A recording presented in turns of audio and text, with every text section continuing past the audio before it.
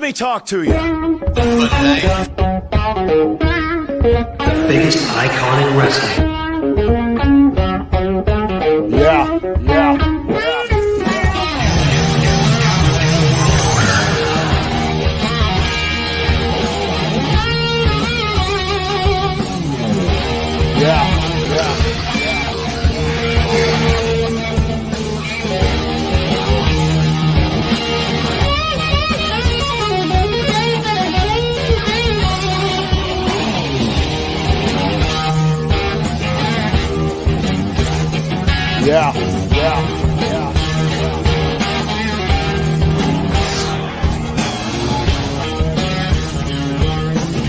Let me talk to you.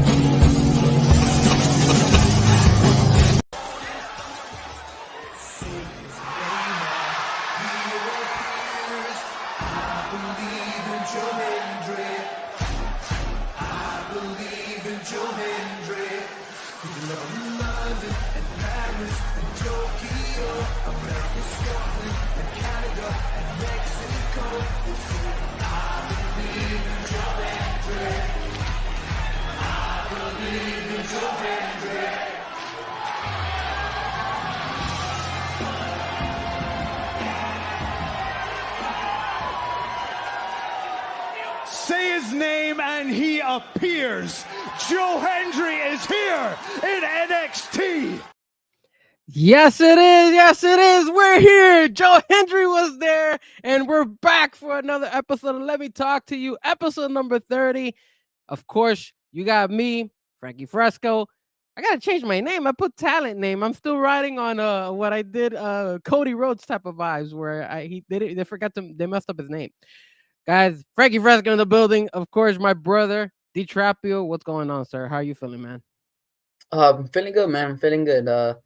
This week has been, I guess, since I'm so hyped for what we're gonna do on Sunday, I guess time is going by pretty quick for me. So I'm happy about that. Awesome, bro. That's awesome, bro. Well, guys, thank you so much for tuning in to another episode. We started a little bit late. There was some couple of edits I was trying to do. I was putting the Joe Hendry song in there as well, the video. We might get copyrighted, but I don't care. At this point in time, when you say his name, he appears, sure. So, of course, we're going to talk a little bit about NXT.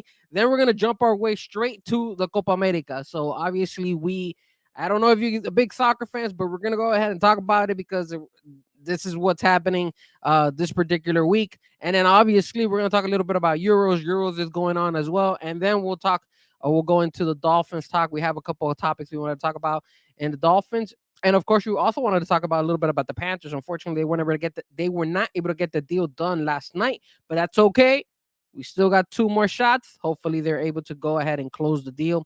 But as you guys come on in, don't forget to hit the like. Don't forget to hit the subscribe. And also, don't forget to go ahead and share, of course, the podcast. Obviously, sir, let's start with a little bit of wrestling, right? And sir, I don't know if you know who Joe Hendry is, but if you don't know who Joe Hendry is, now you know, sir. Joe Hendry, TNA sensation. He blew up in the TNA world in social media because of his song. Literally, his song. He was going ahead and he was basically the guy who, just blew up and even Drew McIntyre posted him a couple times back in I think it was on Clash of the Castle. No, it was before Clash of the Castle, the last pay-per-view where they had the CM Punk image, and then people edited it and put Joe Hendry. But the reason I showed Joe Hendry was because, of course, Joe Hendry was one of the guys in the big battle royal last night, NXT. And I'm telling you guys, man, you guys need to be tuning into NXT, dude. This NXT is getting more and more entertaining. You got TNA getting involved. You have Frankie Kazarian. Frankie Kazarian, of course, an also AEW guy, now in TNA. He made his way over. Sir, talk to me, man. Did you get a chance to see that battle royale, sir?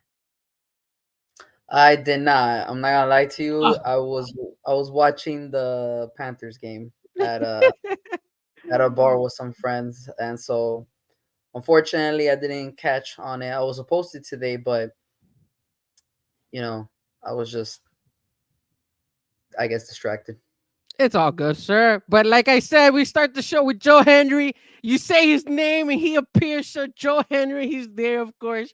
And the funny thing about Joe Henry is that, with all the respect, guys, he has like the most dumbest look in his face. He looks like a clown, to be honest with you. That's why I love him, because he just looks like a joke. But dude, that's his gimmick, and he's so freaking good. That's what I love about Joe Henry. Unfortunately, Joe Henry, man, everybody went after him, Nick. And what ended up happening was, when Joe Henry tried to go into the ropes, all like 22 other guys went in there and just eliminated him. So he was the first Oh. one out. So it was like, how can you eliminate Joe Henry like that? And then the funny thing is, and what's up, Steven? I see you on the chat board. The funny thing about Joe Henry is, Joe Henry got so upset. He later goes down backstage, and me and Sean spoke about this yesterday in a Square Circle. WWE is using social media so good right now that what they ended up doing is they ended up cutting a media screen, like a little segment where you see Joe Henry running into Shawn Michaels, and then Joe Henry basically tells Shawn Michaels, "Hey, look, man, I saw what you did. You got the whole NXT group going after me and eliminated me. How am I supposed to win if you got the whole damn wrestling world coming after me? You know what? Watch out, because when you say my name, I appear, and that means anywhere, sir." And Joe Henry said it. He'll be back.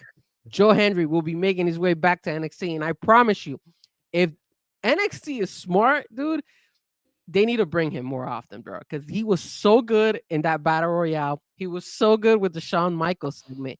Everything worked perfectly. And again, one thing that I did mention, Nick, about all these TNA wrestlers, they could lose in NXT and it doesn't hurt them, because NXT is not as big as Monday Night Raw or um Or Smack. even NXT at the end of the day. But the crazy thing is, if you go on NXT's Instagram, they did a reel of what the video we started the show with, right?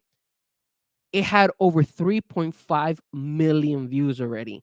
It is actually topping, like, I haven't looked at it. I was gonna go take a look at it to see, but it was breaking the actual like numbers for NXT's page on Instagram. So that's Wow. how insane people were into Joe Henry and how much they loved him. Unfortunately, Joe Henry was not able to win. And I'm gonna tell you something, Nick. The crowd at NXT started saying, "This is bullshit." Like, they wanted Joe Henry to be. And he had the people behind him. That's cool. He could have gone ahead and he could have, like, they could have kept him for a couple, a couple match, like a couple guys in there, but unfortunately they didn't. They got him eliminated really quickly. It doesn't hurt his persona because he's so good right now. But a guy who did win the battle royale and will now be facing Trick, it is Javon Evans. So, Nick, I don't know if you know Javon Evans. He's an up and comer dude. I think he's only like 20, 21. He's a young kid who is, bro, there's a lot of like hype on this kid. And not only that, his acrobatics are crazy. At the end of the show, he was facing against Ethan Page, and he did a hell of a move, because Ethan Page and Sean Spears were both attacking Trick Williams, because Trick Williams was the guest commentator. And Javon Evans just jumped and did a hell of a spring off the ropes and just nailed both of them. So it was impressive. So now it's finally official. Javon Evans versus Trick Williams at Heatwave NXT. That's on July 7th. Should be interesting, should be fun. We'll see what happens if there's any way they bring Ethan Page back in the mix, because Ethan Page, main event, Nick, he ended up beating Javon Evans. So, you can't beat the number one contender and not be in the main event. So I think one thing that that NXT is going to do is that they're going to go ahead and they're going to add Ethan Page somewhere in there in the mix and probably make it a three-way type of fight between all three of them. I'm looking online to see Joe Hendry, and Joe Hendry's video on Instagram through NXT has 4.5 million views. That's the most Wow. views that NXT has ever had in their social media and Instagram. So that's how big Joe Henry is. I wish they would bring him more often because he was just that good. But talk to me, Nick. What do you think? Do you know a little bit about Javon Evans? Do you not know who he is? And what do you think? Do you think he actually has a shot to eventually, you know, beat Trick Williams? I think I've seen a couple of matches. Like you said, he's very acrobatic. He has the crowd going for him. Obviously, Trick Williams is the main guy right now, and I don't really think he's gonna lose anytime soon. But I do think this is gonna be one hell of a match on July 7th in Heat Wave, especially if them two click chemistry wise on the wrestling platform. Yeah, man, and it's pretty cool that they have these two young cats going at it one another. It's a good platform for both of them. They're only building Trick Williams up even more, and now they're building up Javon Evans. So it should be fun to see where they go with this. Um, the only other thing that happened on NXT, the battle royale was the biggest thing. Eventually, Javon Evans and Ethan Page had their match. So, like I said earlier, they'll probably make it like a 3-way. And then the other thing that was there is there was a tag match where it was Roxanne Perez and Lola Vice. They went up against I forgot the other two girls' name, but they ended up winning. And then right before, Lola Vice, Roxanne Perez knew that Lola Vice has done it before. She did it to Shayna Baszler, where she just smacks Shayna Baszler and kind of like betrays her. So Hmm. before she got the upper hand, Roxanne Perez went ahead and hit Lola Vice and knocked her out before Oh wow. she was able to do that on her. So she had the upper hand. So it's cool the way they're building those two up. Eventually, that's probably going to be one of the main events for Heat Wave as well. It's going to eventually be Roxanne Perez and Lola Vice. We did not get the White Six in NXT, Nick. I don't know if you saw WWE, but I did. the Wyatt Six is something that is trending. It's impressive. It's something that we think could probably even make their way over to the NXT. Um, I know that we usually don't cover the WWE and the AEW type of vibes here a lot. We just do the NXT because of the Squared Circle with Sean on Tuesdays at 7 p.m. But sir, talk to me, man. I do want to get your opinion. What do you think of the White Six and their new look? What do you think is going to happen? Do you see them making their way over to NXT as well? Yeah, I think this is gonna be a slow process. Um, WWE really likes to take things very slow. There are certain things they like to just, slam you with crazy ass storylines, but I think this one is gonna take its time. It's gonna stir up. It's gonna, kind of just be there, warming up, warming up, warming up, and then eventually they'll indicate, okay, what wrestler they are willing to fight, what's their main storyline, and especially with Wyatt, passing away. I think he passed away when, like, a year ago, maybe, I think he passed or away like like 2 years ago, 2 years ago. like 2 or So 3 years ago. So, but this it's is it's a nice feeling that WWE is still, considering the Wyatt family and that whole concept. absolutely, and of course, like I don't know if you know all five of them, but Eric Rowe is obviously one of the original ones, so he's back. And then Dexter Loomis was in NXT, so Dexter Loomis is part of the group. And then Joe Gacy, so Joe Gacy from NXT is in that group. I believe he's the one on the far left, if I'm not mistaken. And then obviously you have Nikki Cross, and obviously you have Bo Dallas as the main guy. So it should be entertaining. It's gonna be exciting. Hopefully they make their way over to the NXT world and we get to see, the Wyatt Sick make their mark not only in the Raw and SmackDown programs, but also in the NXT for future events. And no, Steven, we have not spoken just yet about the Panthers. We'll be talking about them in a few minutes. We're gonna talk a little bit about obviously soccer. We got the Copa America. We're big fans about soccer, so I hope we don't lose a lot of you guys. I hope we gain more viewers because we typically don't talk too much about soccer, but we are gonna go ahead and talk about it. And of course, you can tell in the background there's a guy back there that's representing, of course, the country that we are obviously rooting for, and that is the United States. And No, unfortunately, we're rooting for the United States. We're not also not gonna root for the United States. We want the United States to do well, but obviously our country is Colombia, and we obviously want Colombia to do well for themselves in the Copa America. So we are hoping that we get what we want, which is a championship, man. We have never won a championship. The last time Colombia won a championship was in Copa America back in 2001. I was not able to go, unfortunately. I was still, I was in high school, ready to graduate high school, so I did not have a chance to go and check out, the Copa America. But guys, you want to know how hardcore we are? We're so hardcore because both my brother and myself didn't go. But you know who did go to Copa America in 2001? Our father.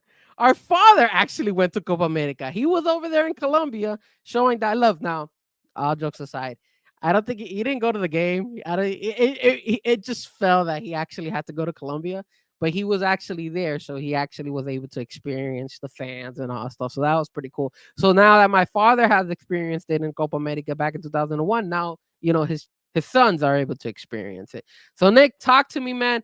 What do you think about Copa America? What before we start with our predictions, right? Because a lot of us are gonna be excited. A lot of you viewers are either American or Hispanic or from any country, right? You want your country to win. The United States is somebody you want to win. We live in the US, Thankfully, we've been blessed to live in the US. And obviously we have Colombia, which is our team.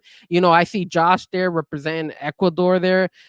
Steven, I think Steven is Colombian too, if I'm not mistaken. So we have a couple of different countries being represented on the chat board. Talk to me, Nick, man. What is your first impression of the Copa America? And then we'll proceed with, of course, our picks of who we think will be obviously in the running to win it. Talk to me, sir. Talk to me. Yeah, definitely. This is second time around.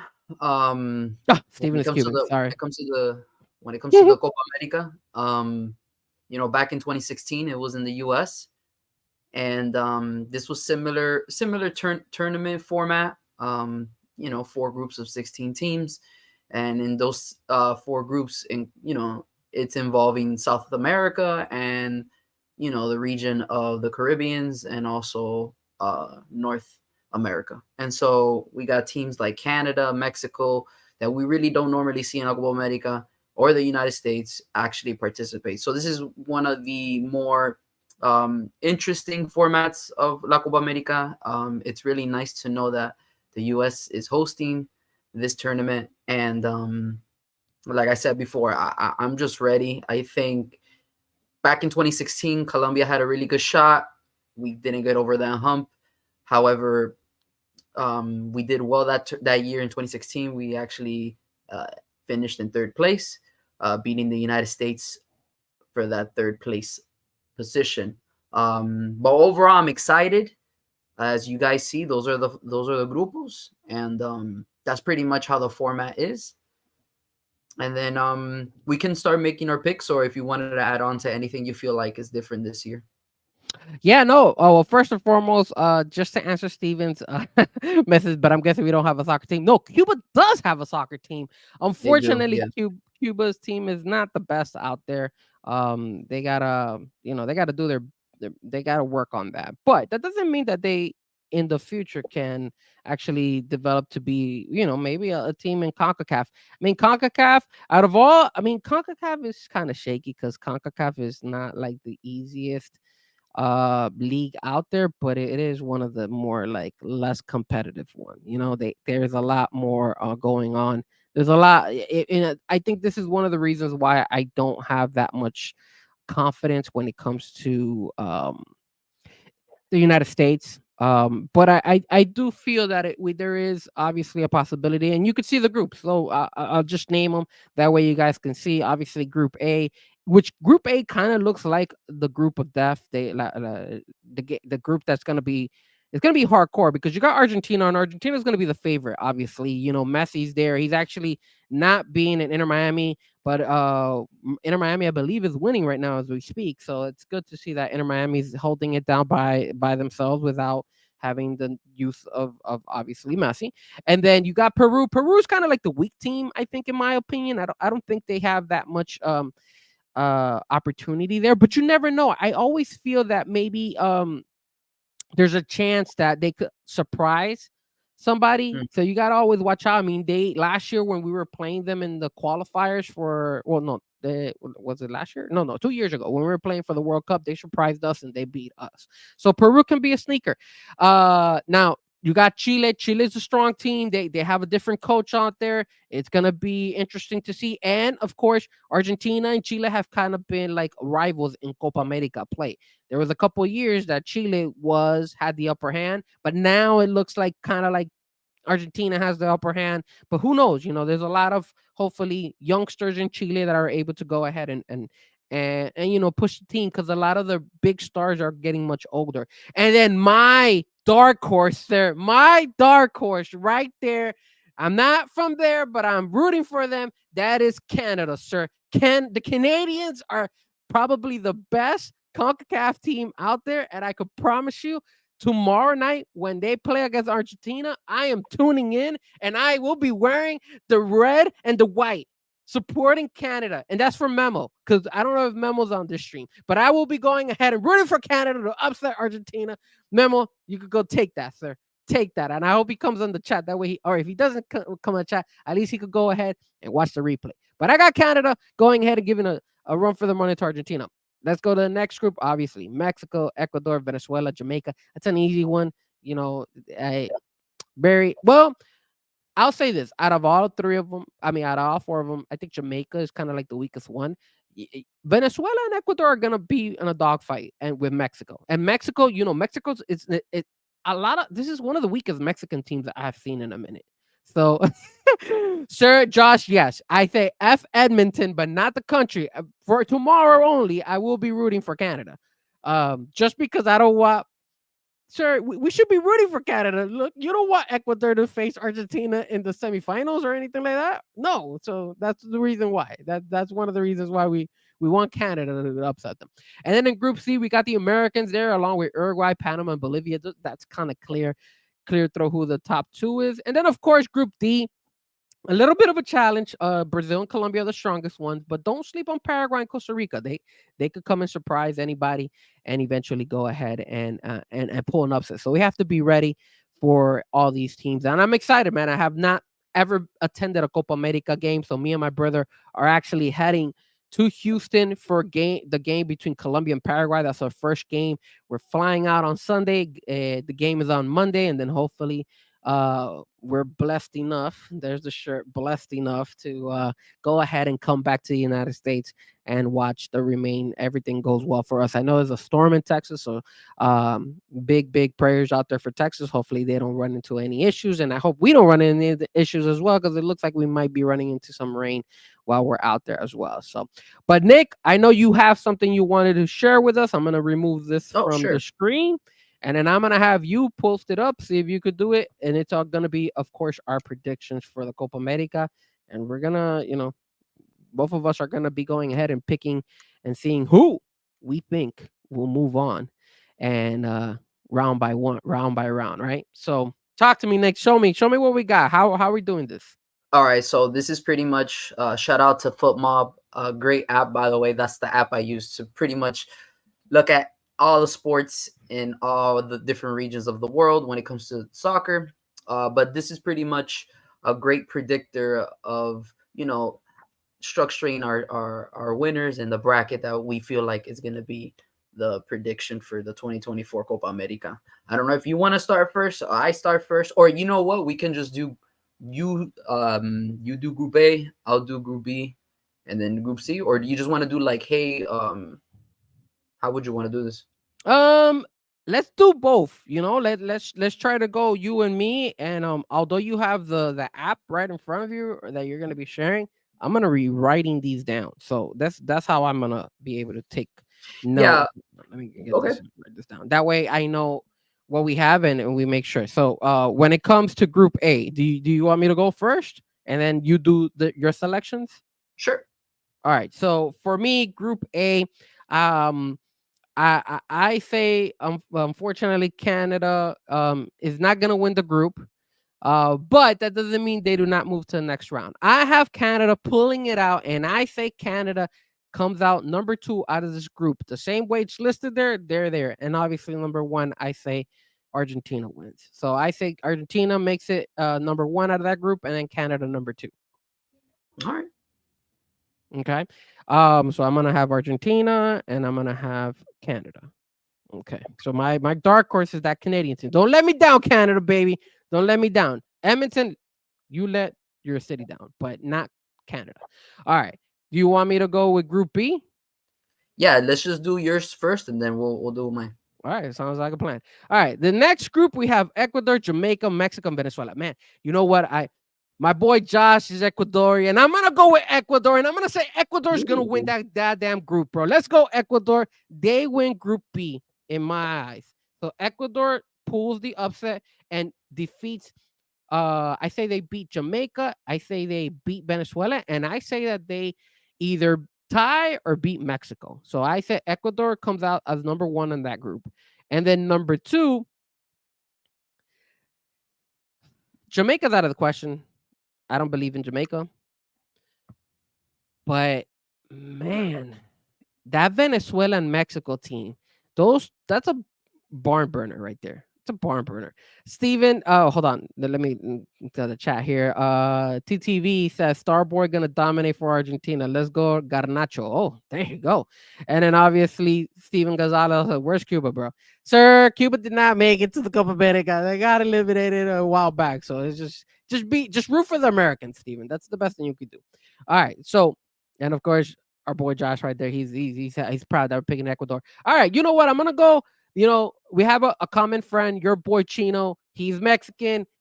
Can't let Chino down. I'm gonna go with Mexico. I said Mexico comes in second in Group B. So I have Mexico second. All right, let's go to Group C.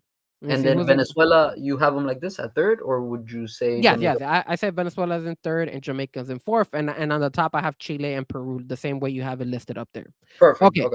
So Group C, we got Bolivia, Panama, Uruguay, and the United States. Okay, my dark horse, they're not a dark horse, but they're a powerhouse team.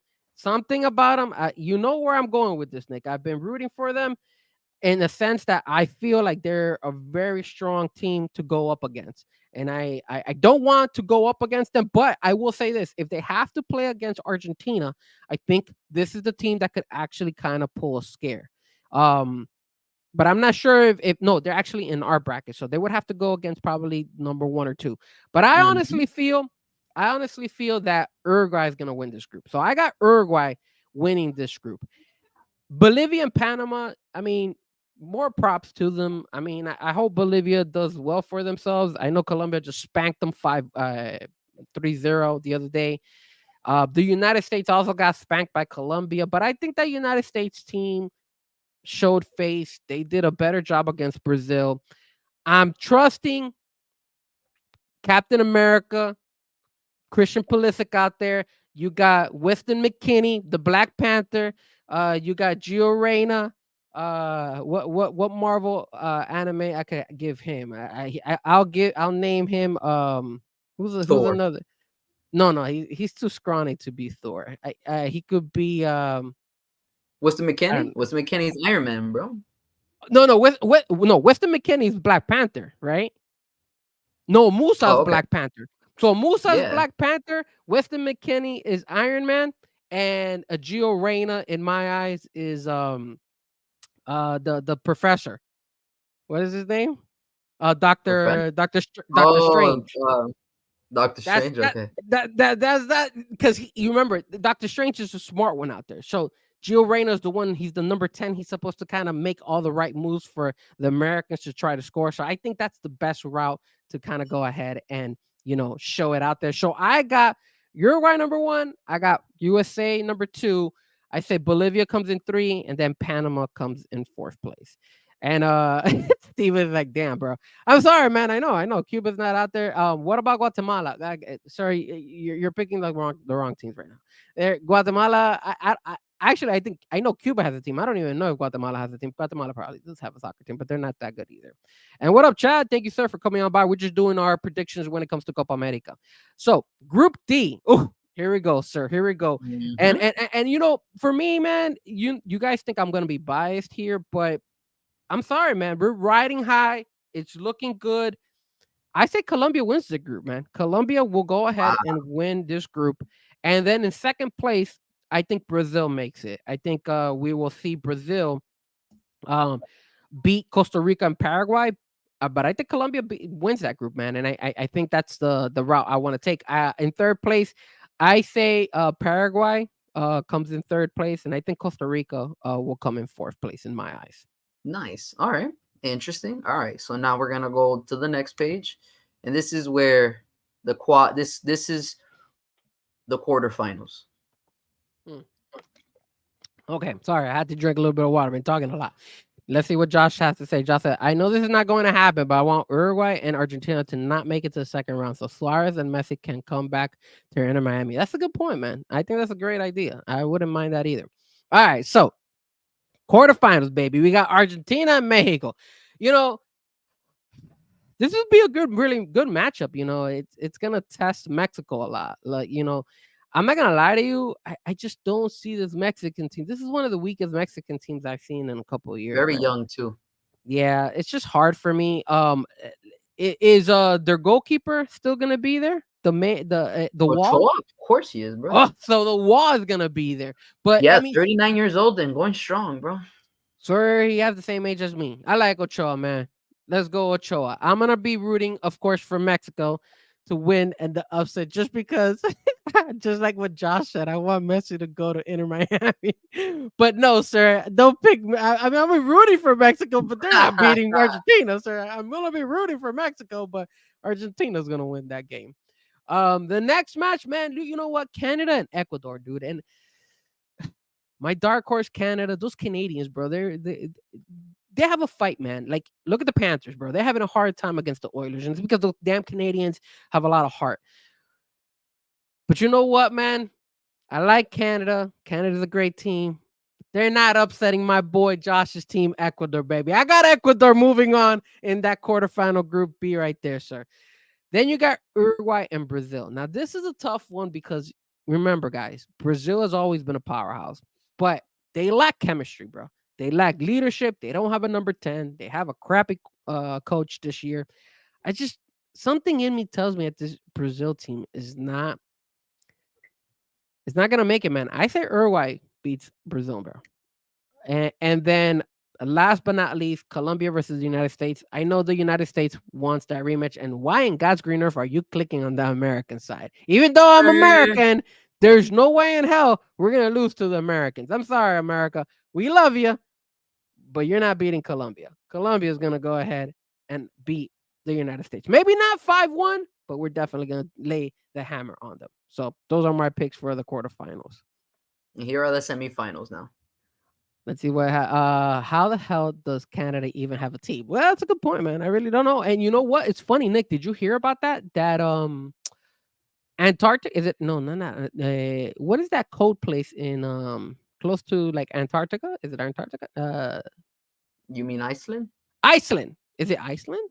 I don't remember what, but there's Iceland is by Canada, and then Antarctica is by Chile and Argentina. Oh, okay. There's a cold team. I don't know who it was. I don't think it was Iceland because Iceland, I think, is already considered in the European side. But there's a cold team that actually went ahead and developed. They put in their papers to go compete in Europe, and Europe told them to go fly a kite.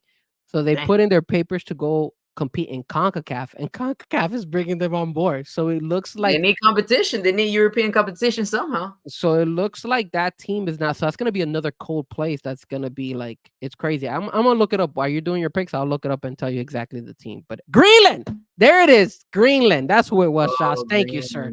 Greenland. So Greenland will be the team that will be going ahead into CONCACAF, and they put in their paper. They haven't 100% agreed them, but they are on the on the verge of joining CONCACAF, which will be very, very interesting. And TTV says, damn, Ochoa's still going? Yes, sir. Ochoa, 39 and strong, baby. 39 is strong, man. This 39. guy.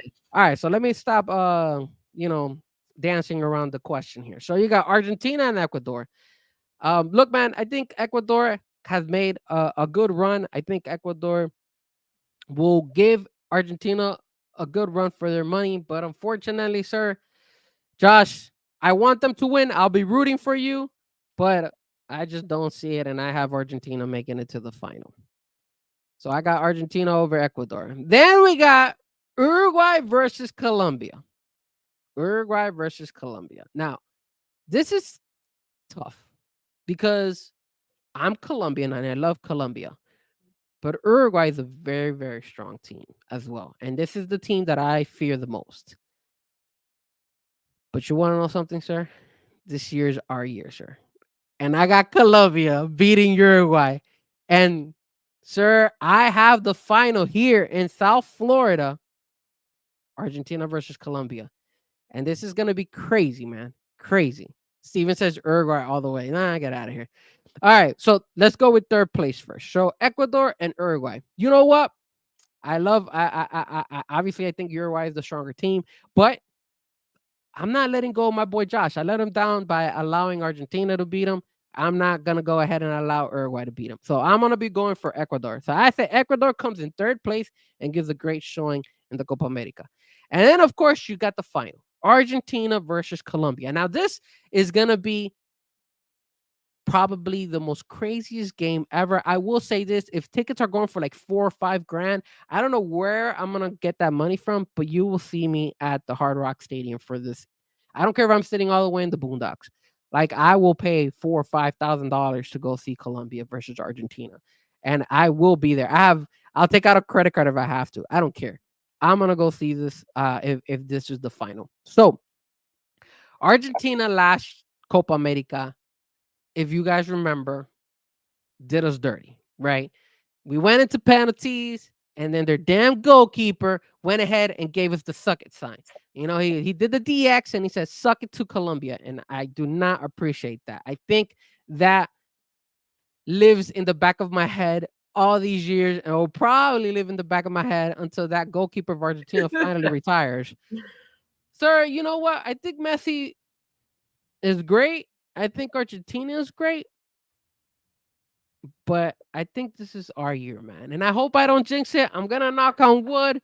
But, sir, the team that wins the Copa America this year is Colombia, sir. I have them as my dark horse winning the whole thing. And you can tell me, Frankie, I'm biased. But I just feel Colombia is ready to take the next step. I think Argentina is going to be their toughest opponent. But I think they find a way. And the crowd. I'm going to tell you this. The reason I have Colombia beating Argentina is because the fans of Colombia will outweigh the Argentinian fans. It's going to be close. It'll be like a 60-40. But I think the Colombian fans show up and Colombia pulls that victory, sir. Wow. That's what we got. Wow. So while you're doing that, let's see. Before you do your picks. Nah, bro, come on. Stop being a homer. You might have 2 homers in this. I don't know. How is Canada in the top 4? Just kidding. And then what we got here, did y'all see Y6? Of course, man. Of course, we talked about it. We wanted him to show up in NXT, but unfortunately they didn't. So Steven says, let bet Frankie. I don't want to bet money. Well, right now the odds, if you put $50 on Colombia to win the whole Copa America, you get back 600. Are you serious? In the Hard Rock app? Yeah. That's not true. Hold on a second. Because I put money on the Hard Rock app and I put Colombia to win, unless the number changed. Because right now I'll tell you guys. I'll tell you exactly. I put here Colombia winner of Copa America. Oh no, you're right. Jesus Christ. So I bet $5. So $5 and it wins me $65. So you're absolutely right, sir. If you bet $50, you get $650. All right, sir. Let's go ahead and let's go ahead and do this. So now I'll talk and ask your advice. So who do you got in Group A, sir?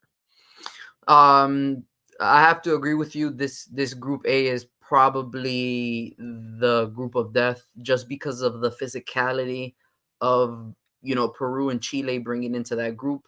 Um, Canada is also a very strategic team and likes to play offensively, very heavy.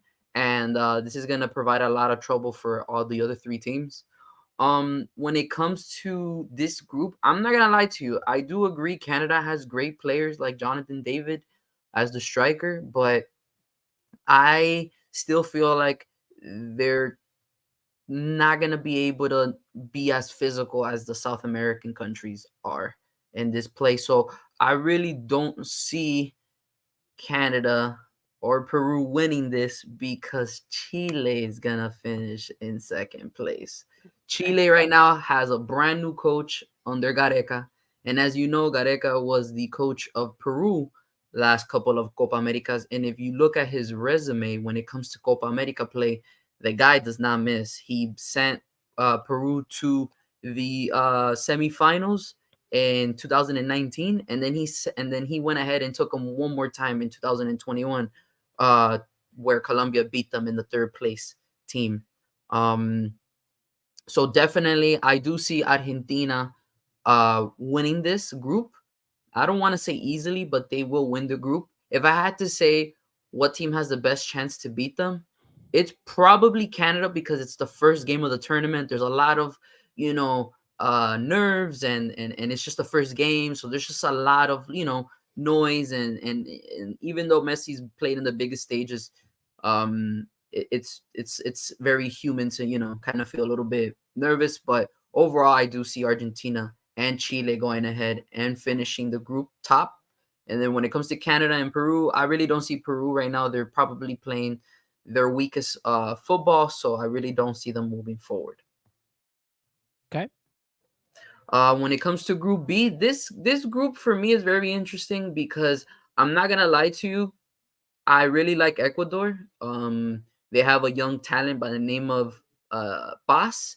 He actually got signed by Chelsea, but he won't be on the Chelsea team until he turns 18.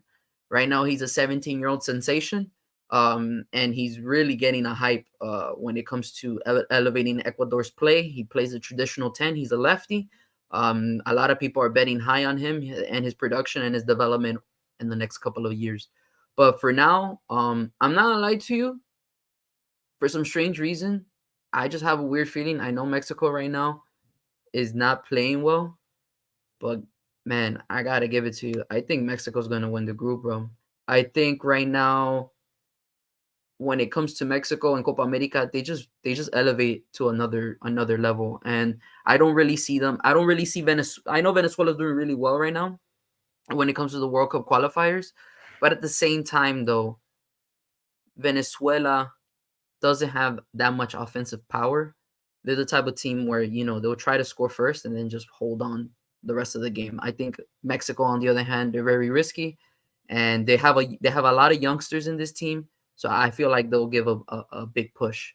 And then obviously Ecuador, I think Ecuador is an amazing team. Um, I just do feel like sometimes they get stuck. When it comes to their offensive play, they have great defense, but when it comes to their offense, it's pretty weak. So that's why I see Mexico and Ecuador winning this group. Then here comes Group C. Group C is pretty clear cut. I think the only difference is I'll put Panama third. I see United States. I had this first, but after I saw how Matt Turner was playing, it went back down to this. So did you see what he did against Brazil, sir? He blocked a shitload of goals, man. Correct. And that's why I had him at first. I mean, how can I say this? Even though they displayed a really good performance when it came to the United States, Uruguay has a really good Argentinian coach, and I think they're gonna really. I believe he's Argentinian. I Yes, wouldn't be yes, surprised if Marcelo he was. Bielsa. Yes, he is Argentinian. And so I think his style of play, I think United States are not gonna be ready. I do see this group being won by Uruguay, but by goal differentials. I have a feeling United States and Uruguay will probably tie, and then Panama and Bolivia will be the teams where it's like, yo, who's gonna beat up the weaker teams the most? And then that's how I see Group C. And then Group D is pretty much the same thing. I, on the other hand, don't feel like Colombia's going to win the group. I honestly feel like Brazil's going to win the group. I feel Colombia is going to be able to tie with Brazil, and they're going to beat Paraguay and Costa Rica. But Brazil likes to beat down on weaker opponents. And so I have a feeling Paraguay's going to get pretty I see them losing 4-0 type of game. And Okay. so I see Brazil winning the group and Colombia being in second. Okay. So now these are my Quarters. quarterfinals. Mm-hmm. Right now, I love Ecuador. But I gotta give it to Messi and Di Maria. As long as those two guys and Emilio Martinez is behind in front of the goal, this team is still gonna thrive and try to repeat. Messi wants to give out this representation that he's shifting gears and kind of taking it slow. No, not. He definitely wants to win another one. He wants to finish with a bang. And then so I do have Argentina. I think this is gonna be, though, this Argentina-Ecuador game, I think this is going to go to penalties. I think this is going to go down to penalties. When it comes to Mexico and Chile, I know Mexico felt like they were riding high. They look dominant. But when it comes to the knockout stages, I just feel like Chile is going to find a way. And not because of player talent, because of coaching talent. I think Gareca is going to find a way to adjust and know how to really make those opportunities when the previous coaches weren't able to identify. And so I think Gareca is the type of guy who likes to do more with less. And for sure, he's going to go ahead and come out as victor. Uruguay and Colombia, I think this is going to go into penalties too. But at the end of the day, I think Colombia will find a way to win this game. I think Camilo Vargas is going to have a really good Copa America debut, and we'll move on against Uruguay. And then Brazil versus the United States. Sir, I have 2 words for you. I believe. I believe, sir. I believe, because this is the revenge game for the United States, proving everybody out there that they can beat the big dogs. And I got the United States moving on and beating Brazil. Damn. Now, the next in semifinals, I have Chile and Argentina. I think this is going to be a classic. I think this is going to be a game of penalties. But obviously, I do see Argentina winning this match. When it comes to this game, I feel like Colombia needs to be careful. But I do see them winning 3-1. And then, like you said, sir, Colombia versus Argentina. I do have Chile in the United States. And I'm not going to lie to you. A lot of people are going to be surprised, but I have a feeling the United States will finish in 3rd place, and they're going to prove a lot of people that they still have a lot of belief in the 2026 World Cup. And then at the end of the day, you see the wallpaper in the background. You see the passion in those guys' faces. Colombia all day, sir. Colombia all day. So we both have, obviously, Colombia winning it all. Wood. Just a different little route here and there, but TV, yes, we are. I am on Twitch. You could see me, Fresco Music, and yes, sir, we got the notification. So thank you, sir, for following me on Twitch. And yes, also, if you get a chance on the YouTube side, hit that subscribe and hit that like. And it's gonna be even sweeter because right now Colombia's running on a 22 game unbeaten streak. So if you do the math, if they come out winning, they would break their 1990 to 94 record of being unbeaten in 27 games. How about that, sir? Well, this is the thing. Like, we are a little bit of a homer when it comes to Colombia. Will Colombia be the underdog in the final? Of course. Argentina is the champion. They won the Copa America before. They won the World Cup. They're the big dogs. But in order for you to be able to, be given respect, you have to beat the big dogs. So we can only hope and pray, man. We can only hope and pray, that Colombia is able to pull this off. And if you really want my honest opinion, I don't see the United States coming in 3rd place. I do see Colombia in the final. I do see Argentina in the final. But if you want me to be honest with you, I honestly feel Argentina will beat us. But it all depends on how it depends on how much how physical these games are going to be. If they don't have key players like Di Maria, then it changes the whole trajectory of their offense. Same thing with Colombia. If anything happens to any of the players, it changes everything. But at the end of the day, I think we have enough depth in order to keep up with these guys. I think the only difference, if we had to go player for player, Argentina probably has a little bit more superior players than us, but we're right there neck and neck. I think John Arias is going to have a great Copa America debut. And I really do feel like we have finally some pretty decent number nines in John Cordoba and Rafael Santos Borres. So I don't want to sound like a homer or anything, but hey, man, I got to give good vibes to obviously I had to give good vibes to the United States because I was born and raised here, but my family blood is Colombian, so I had to go ahead and I can't deny it, bro. Yo, 22 games unbeaten. We haven't lost in 2 years.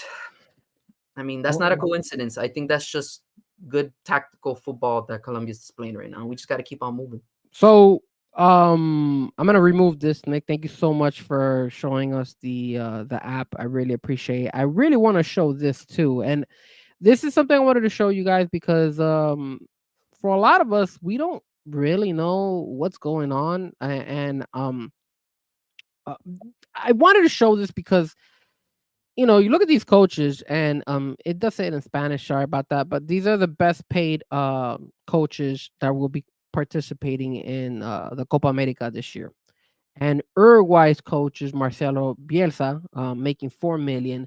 Surprisingly, the Brazilian coach is making 4 million as well, which is a little bit of a surprise. I think he's kind of like getting overpaid considering how much money he's making. I think he's doing not that good of a job. But like you said, Nick, right there, Ricardo Gareca with Chile, they're a powerhouse there.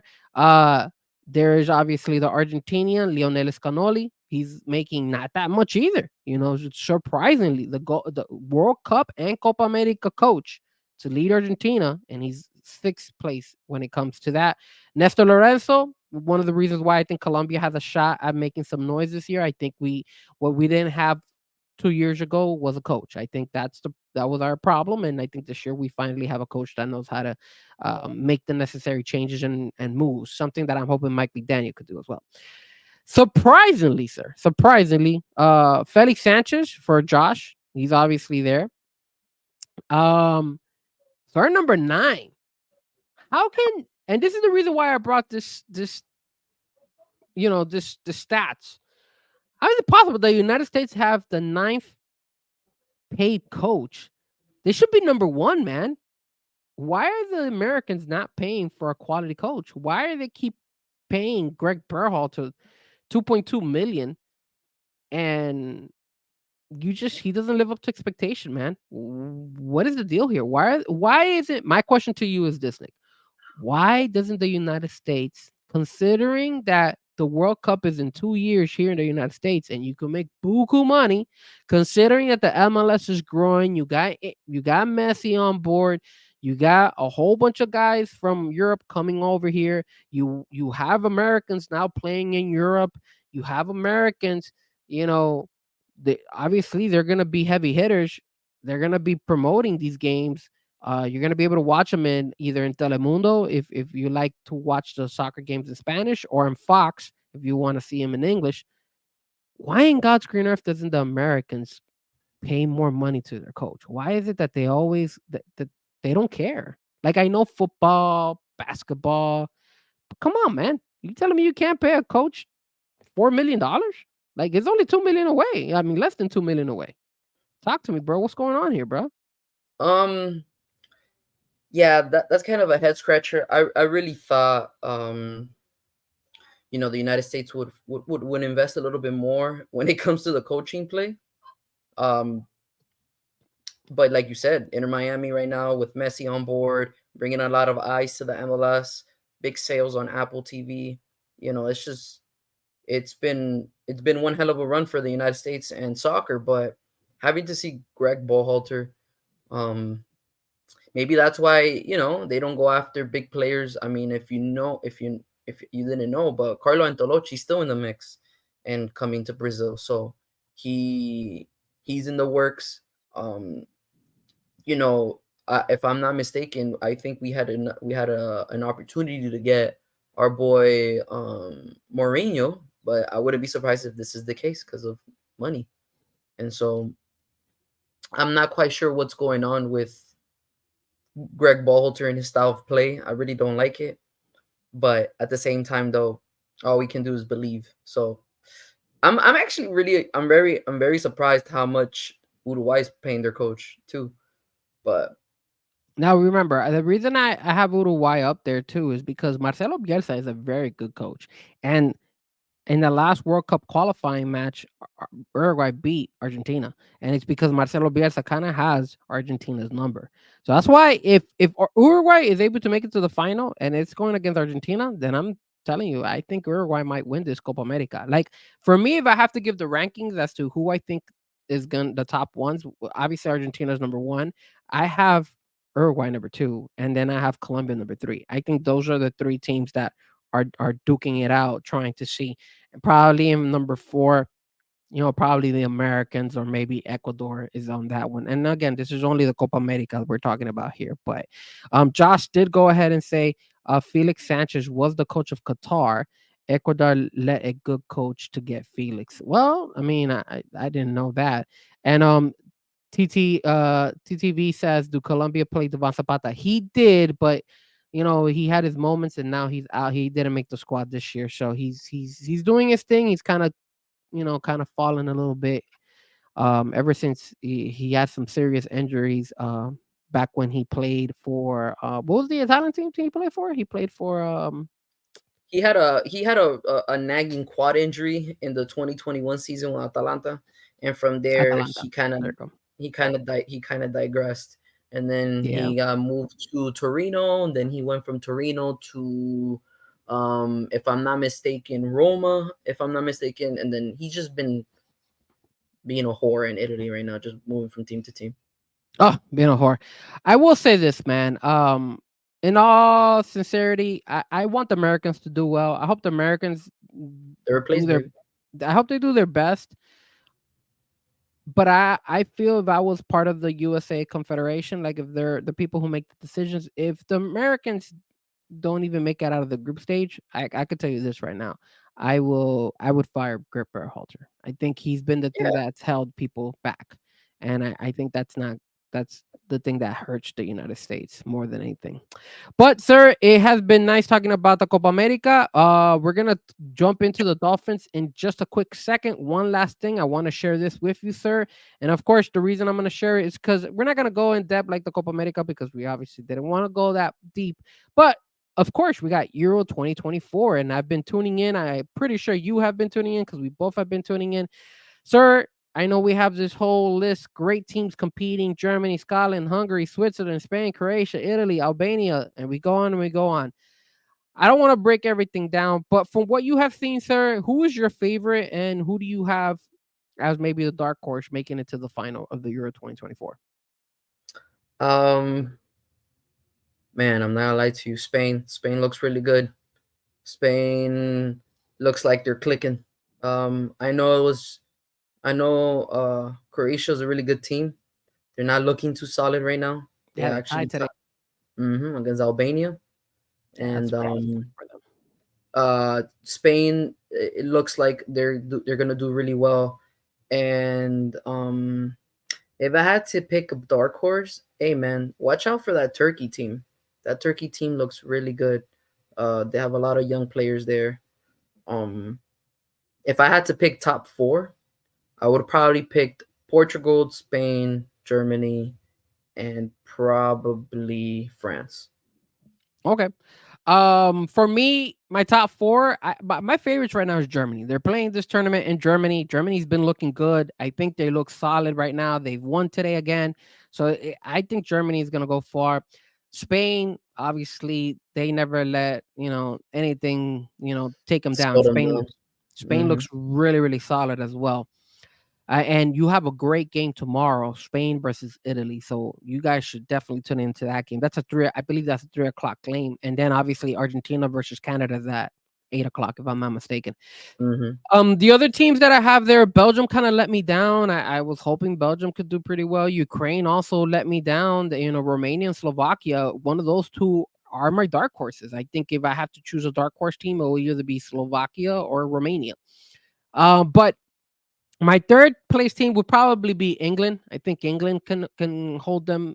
They'll be competitive out there. And if I have to pick a fourth team of my top four, it would obviously be France. I think France, even though they didn't look that great, and it looks like Mampe broke his nose, but I think France still figure out a way. And I think Mampe, even if he has a broken nose, I think could probably wear a mask and play with a mask on. So I think that's and yes, Stephen, very, very, very good point.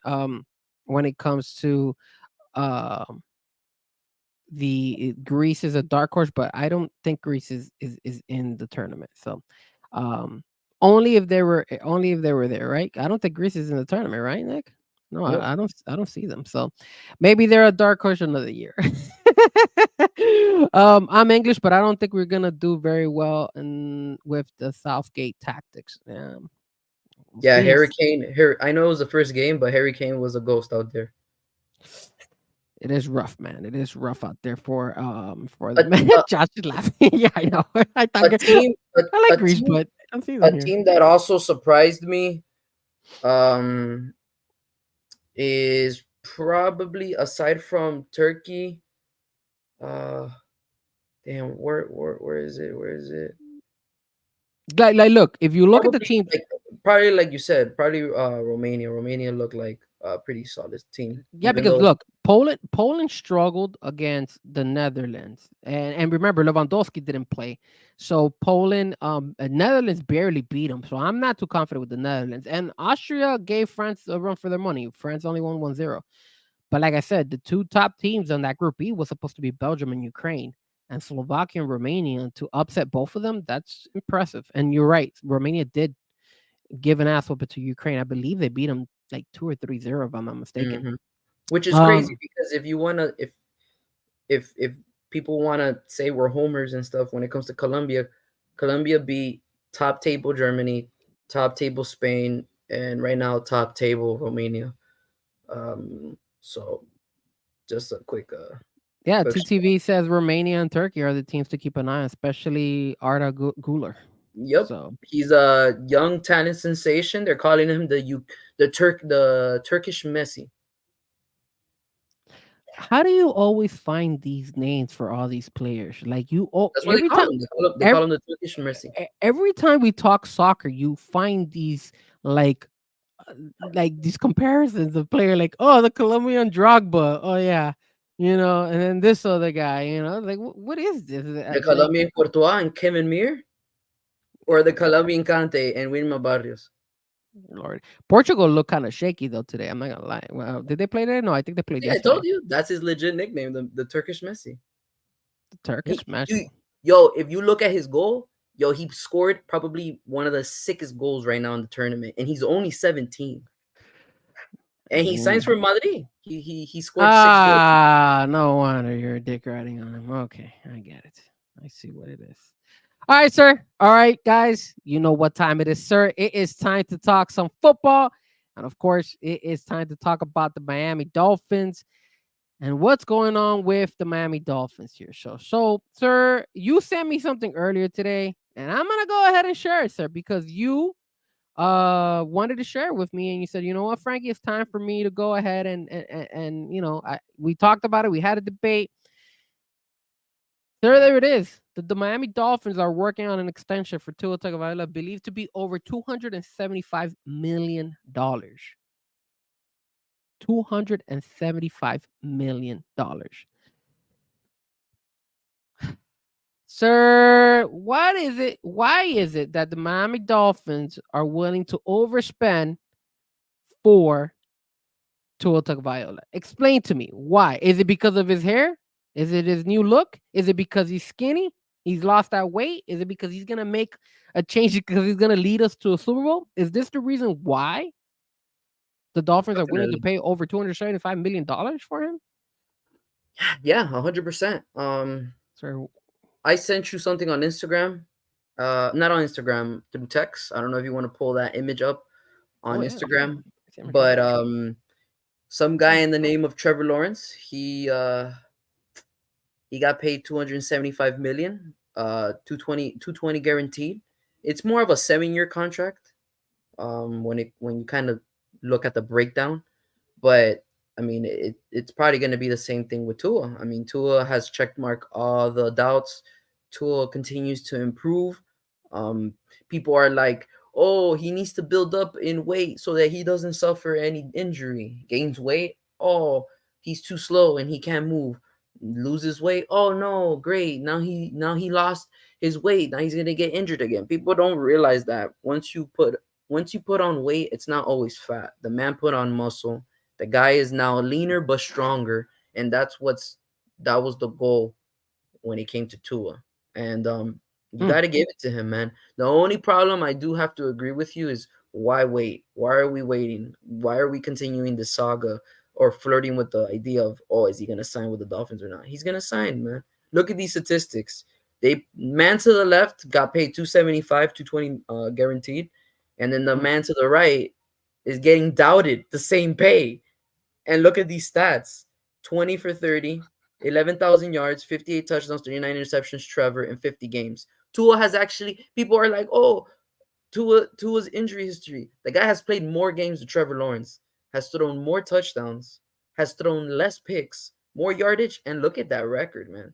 I know it's a team record when it matters, but it's also a QB stat, bro, and it's 32 wins and 19 losses. I just don't know what's the rush because we've realized in this market when it comes to the NFL, it's who can who can break the news more now when it comes to the cap and signing these quarterbacks. And I don't know if you heard, but I don't know if this is BS or not, but there's a rumor saying that they might move like a part of salary in creating that cap for just quarterbacks and then use the other money for the rest of the team. But due Oh, to that'd the be money right interesting. now. Yeah, that's what I was hearing rumors that the NFL might look into setting aside just a pot when it comes to just for QBs and then the salary for the rest of the team. So Hmm. that would be interesting. But for now, man, the stats don't lie. Pay this man already. I have no idea why are we continuing this. We're already about to start training camp and or we might even start already and we're having this this narrative that the Dolphins don't want to pay Tua. Yes, sir. Cat for Life, thank you so much for joining. This will be a second offer, with possibly a third offer by in September, in my opinion. And Steven says he's progressing every year, and there aren't any good QBs out there. So yeah, that is the case right there. So let's look at these stats, man. 53 games. Tua has the better numbers right now. I mean, he has 12,000. He has 81 touchdowns. You know, let's keep it real, man. The Jacksonville Jaguars overpaid for Trevor Lawrence. You know, giving this guy this much money, 200 million guaranteed, like that's insane, dude. And, like that's a lot of money for a guy who hasn't proven himself. But I will say this: in order for Jacksonville to have paid him, they had to have run this through the coach, and the coach must have given them the green light and said, "Yes, this is the guy. Let's run with it." And this is the only way we're gonna go ahead and be able to, you know, win a Super Bowl. So they put all their eggs in one basket, and they said Trevor Lawrence is the man. He hasn't shown it like he did in Clemson, but still, because he was in Clemson, right? I believe he was in Clemson. Um, Mhm. so I don't know, and you just said it. People are doubting. People are doubting because the fun fact here is that what does Tua want? And I just threw up the statistic. I mean, Tua wants over 275 million. Um, that's what Trevor Lawrence got. So he wants more than that. So I'm gonna show you this stat and explain to me. I think Tua deserves it, man. Check this out. Look at this. Look how Jacksonville overpaid for this guy. So we got some guys, and this is obviously through the first 40 career starts, and they're comparing him to Mac Jones and Daniel Jones. And the passer rating, he's not that. I mean, Mac Jones was a better passer rating. When it comes to passing touchdowns, Daniel Jones had more than he did. When it comes to interceptions, okay, now Trevor Lawrence did a little bit better, but look at the completion percentage. Mac Jones better, and he's barely beating Daniel Jones. And then the average yards, I mean, 6.6. It's not that big of a difference. And then look at their contracts: 5-year 275, 4-year 15.6, and 4-year 160 million, dude. Nick, man, the Jacksonville Jaguars overpaid for this guy. And I don't know if you guys have tuned in and watched Dougie's video. Dougie broke down, Trevor Lawrence's contract and said how smart it was the way they kind of like put it all together. But dude, you're still paying all that money. Like I would not have paid Trevor Lawrence, and they overpaid him. Just like Deshaun Watson got overpaid. And I think that's what the Dolphins are gonna have to do, overpay for Tua Tagovailoa. It just sucks, man. It sucks that this is the situation that we are living in right now, that the Miami Dolphins are going to have to overpay for Trevor Lawrence. And keep in mind, you still got Dak Prescott. You still got Jordan Love. You still got these quarterbacks out there that they could get their contracts done. And then what is next for the Dolphins? What's next for us? We really don't know. We're going to pay an arm and a leg. And like you said, what is the holdup? Why are the Dolphins taking so long to sign this guy? Like, do they have doubt? Is that what it is?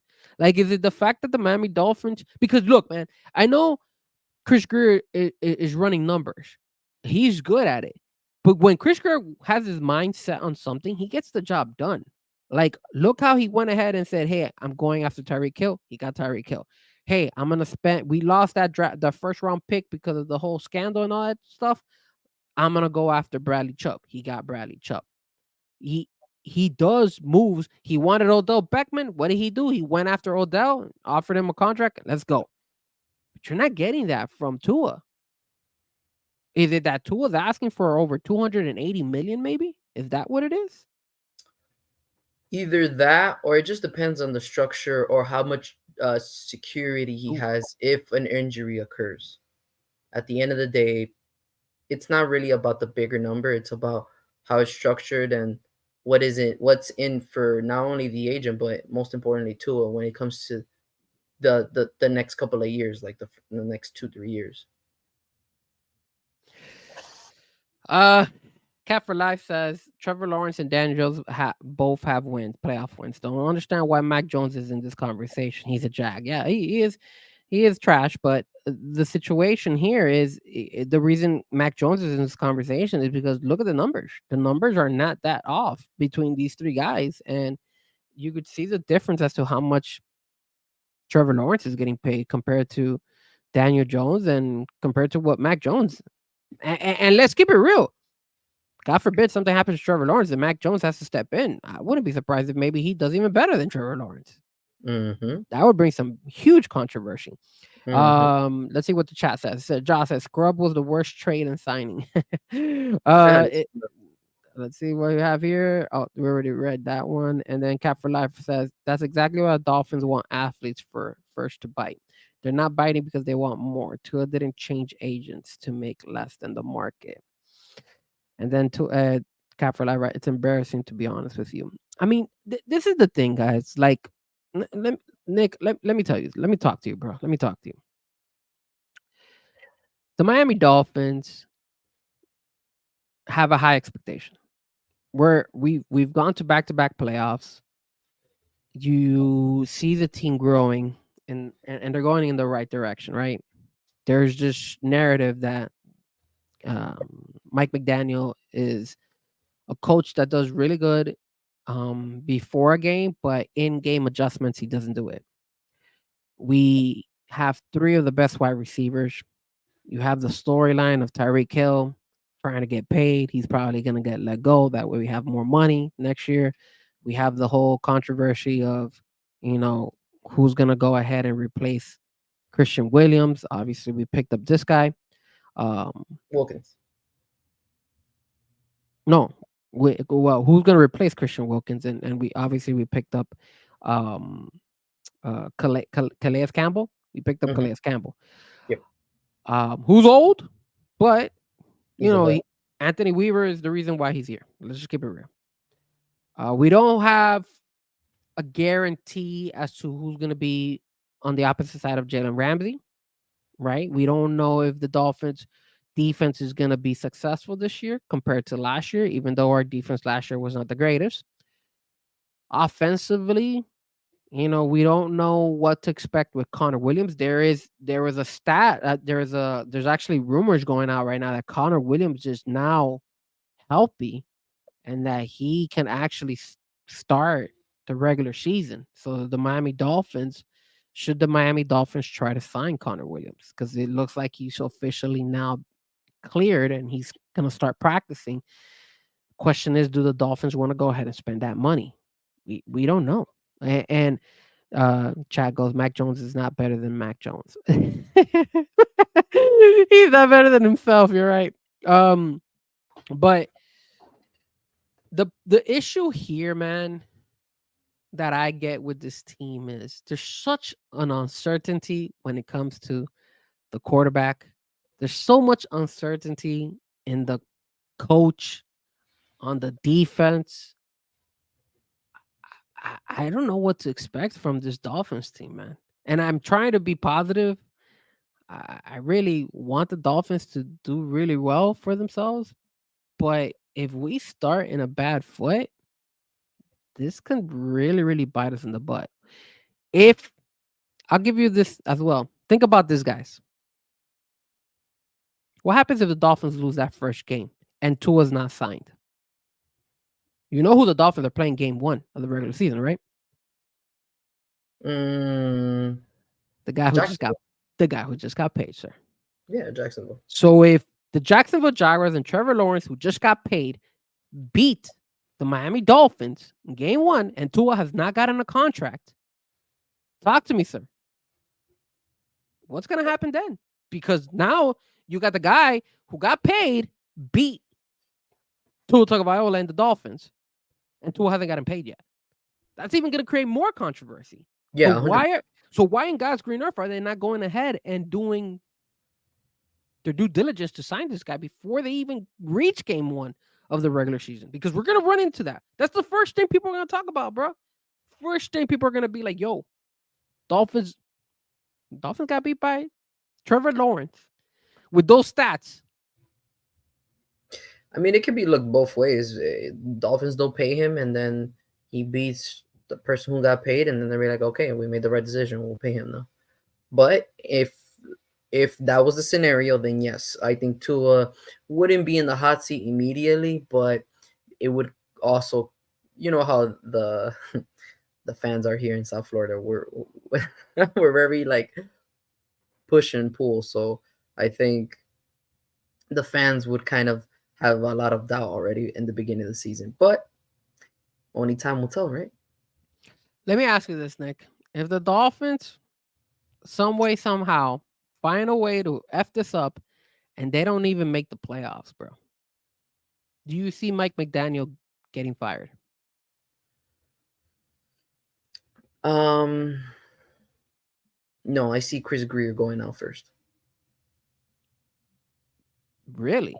Yeah, because then they'll be like, look, with Greer, we landed a good coach, but Greer hasn't been able to put the right pieces, and we've spent a lot of money.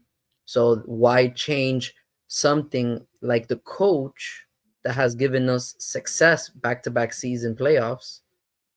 The main thing is now, let's get another guy who's able to maybe identify better talent and spend less money.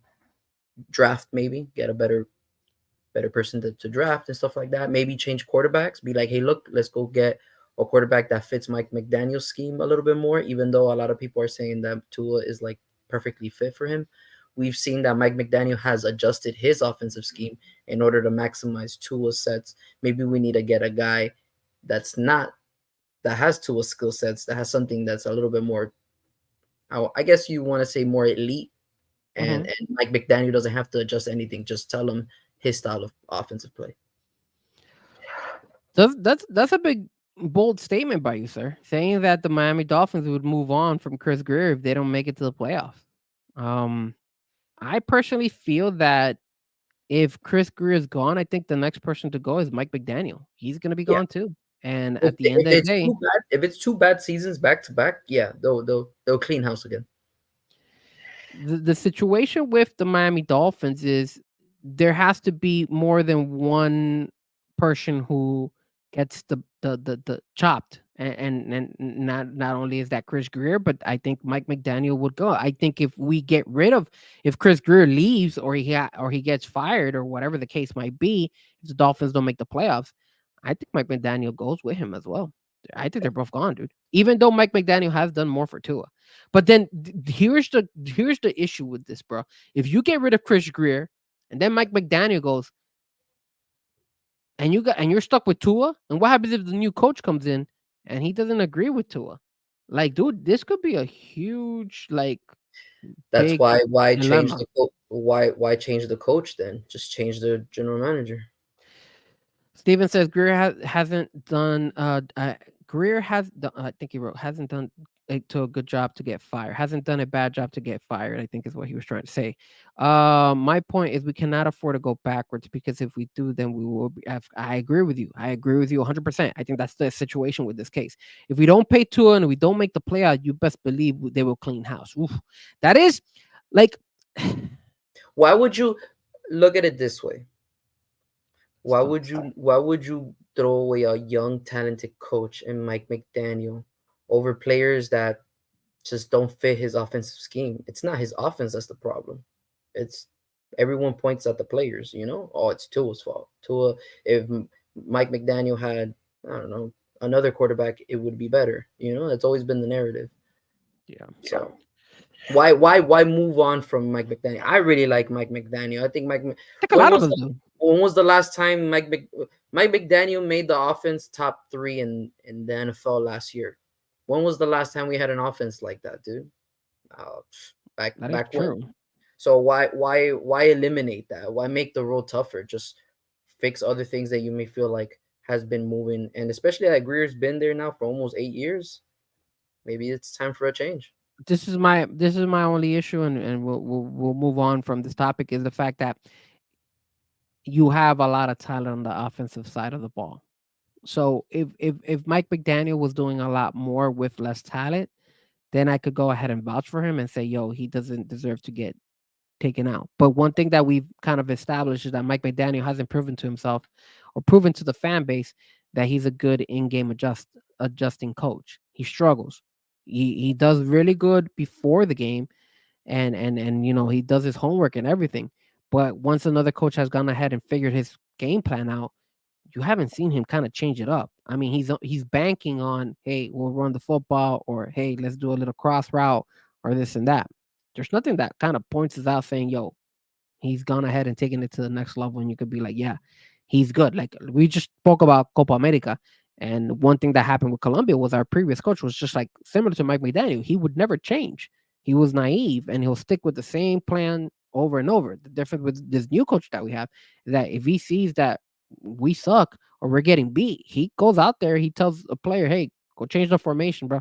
This is what we're gonna do. And that's the thing that we haven't seen from Chris Greer. That is my concern. I love Mike McDaniel. I want him to be the coach. I want him to stay as the coach. But I think, like what Cat for Life said, if Tua doesn't get paid and Chris Greer is let go, everybody they're cleaning house, bro.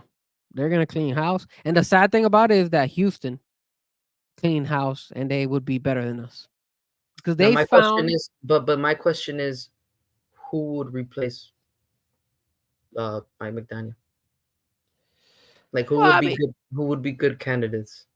And will Mike McDaniel betray and go to a Patriots team or to a Jets team or goes to an well, okay. Let me ask you this. I'll answer your question, but let me.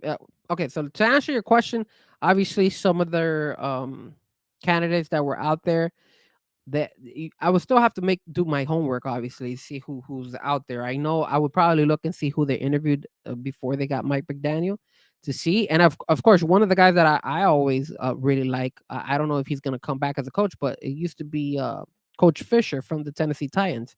He was really good, and he's an old timer as well, who they could bring back from retirement. And then the guy who was before that guy who got fired from Tennessee. I forgot his name. Let me see if I could look him up. The guy who was there, who they got rid of, the one that was with the Tennessee Titans last year, and then he got pretty much canned. I forgot what was his name. Yeah, I forgot his name, but I don't know. I'm still not bought in to let go of Mike McDaniel. I think Mike McDaniel is a type of coach that is gonna keep on excelling, and he's a player. He's a player's coach, and he's keep on improving. So we'll see how it goes this year. The other thing I wanted to ask you is, do you think if Mike McDaniel was to be let go, do you think they would somebody would rehire him as a coach, or would Yeah, they just 100%. rehire him as an offensive coordinator? He'll probably do the offensive coordinator route first, and then get another opportunity somewhere else. I mean, it's He went to the NFC Championship game with San Francisco. yeah. I mean, it is there. Oh, the Mike Vrabel, Mike Vrabel. Oh, that's the Tennessee coach that actually was the one who was And I don't know if you've legit. noticed, but if you get coaches that are on the old school style, like Vic Fangio, look how that planned out for our players. Well, now let's see how Vic does in Philly, bro. Because if he gets the job done in Philadelphia, then is it really Vic Fangio's fault, or is it the Miami Dolphins players, or the actual team, the way that they went ahead and allowed the you know the NFC is team to easier work? than the AFC. You can't, Nick, but you can't use that excuse every single time, dude. You can't, dude. Because at the end of the day, bro, any given Sunday, anybody could beat you, dude. Let's just keep it real. Any given Sunday. This is not. I mean, I get it. Maybe the AFC is loaded, but you got some strong teams now out there. Look, you got Caleb Williams now with the Chicago Bears, the Bears. Uh, you know, there's a lot of potential. A lot of these new cats that are coming on from the college into the NFC. I mean, I don't. I mean, look at Green Bay. Jordan Love is not a bad squad. I mean, you're not gonna run amok. We thought Green Bay sucked, and now they're pretty decent out there. San Francisco's a powerhouse. The Kansas City Chiefs and San Francisco. Those guys are the top ones from each one. And then probably after that, I mean, you don't know how Dallas is going to do this year. Maybe Dallas finds a way to turn it around.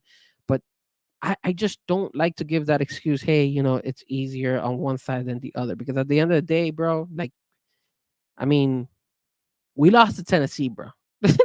That goes to show you. We lost to Tennessee. And are they a powerhouse in the AFC? No. And we lost to them. So that's That's just how you see it. The NFC seems like you have constant teams that are changing, like when it comes to going deeper into the playoffs. While AFC, you've always had either Baltimore, Cincinnati, Kansas City, or the Buffalo Bills. It's always been them four. Name me four teams that are strong like those four teams in the NFC.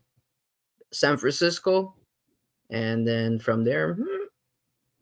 All right. So if you want me to name, okay, so hold on, NFC standings. Let me look at the teams on this side because sometimes it's a little bit hard for me to remember some of these teams. So you got, hold on, let me go. All right, I'm gonna share a screen. That way we could take a look and see. And this obviously has the records of San Francisco and the what they did Philadelphia last year. Eagles, and that's giving if the Eagles could click how like they clicked 2 years ago. How come I can't share this?